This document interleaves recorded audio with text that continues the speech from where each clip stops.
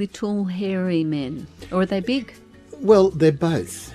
I first came across this in Indigenous culture when we were doing the Bringing Them Home project, and even before that when we were working in Indigenous communities in Condobolin and other places. And we talked about the little people, the little hairy people, the Yowie men and the Yowie women in the Wiradjuri name, and particularly around Condobolin and those areas. Now, I have recorded some grabs about these from Indigenous people, but I won't play them because of the cultural significance. But it's fine, you know, they've talked to me about it and I can talk to you about it. And then we, as part of other projects, we went even up to Western Australia, up around Broome and around that area, along the Fitzroy River. There's 12 separate language groups up there, and each one of them had their story about the little hairy men, because they had different names, but it's quite common in Indigenous culture. So what are your thoughts, or what's your thinking, Robert? Do we have a race of pygmies living in Australia, or are they supernatural, mythical creatures?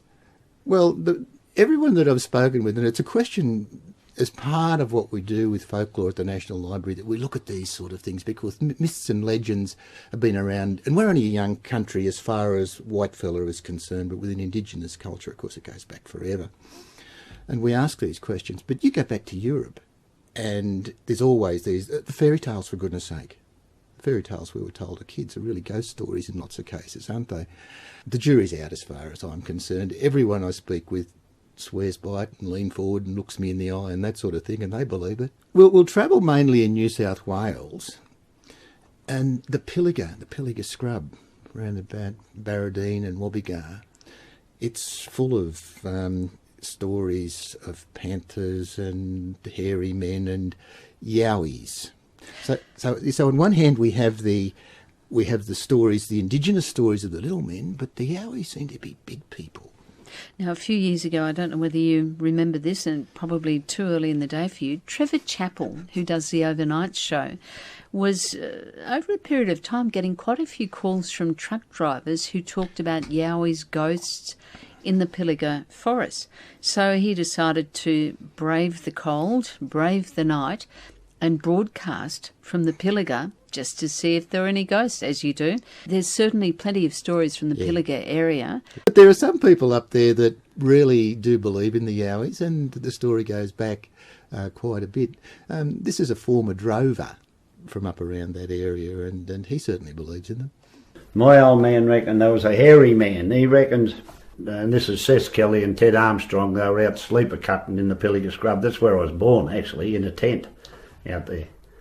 And what he used to do, they'd kill a sheep and hang, because they had no bloody refrigeration or nothing out there, and they'd have the meat in a bag and they'd hang it in the tree, and it kept disappearing, going from their tent all the time, their meat. So they ended up hanging it higher, and they got bush leaves and what have you, and swept all the way around where they hung the meat.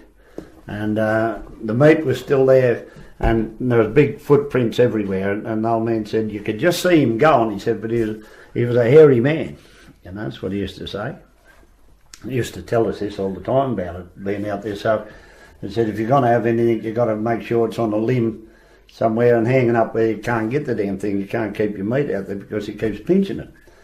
The hairy men, Rob, do they have supernatural qualities? Well, according to the people, again, that I've spoken to in the Pilliga, they don't. They sort of, as our drover friend said there, that's why they had to hang the meat up. So you've learned a useful lesson today, Brooke. If you're camping out in the Pilliga, as you oft do, keep your food from the yowies. Yeah, keep your powder hanging dry, up high. keep your feet up high. Keep your food up high.